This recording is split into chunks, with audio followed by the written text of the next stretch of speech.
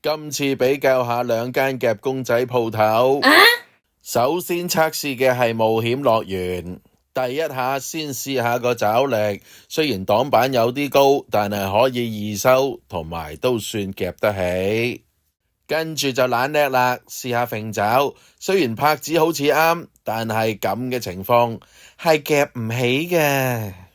搞唔掂就唯有叫職員幫手，雖然佢已經擺到上擋板，但係如果用兩隻爪都係唔夠力啊！用三隻爪全包嘅話，又驚佢掟去後邊，唯有試多一次用兩隻爪。哇，夾得起嘅？梗係啦，寶夾嚟噶嘛。好啦，鏡頭一轉嚟到 Title Station， 呢一下夾得起，不過好似唔好彩咯。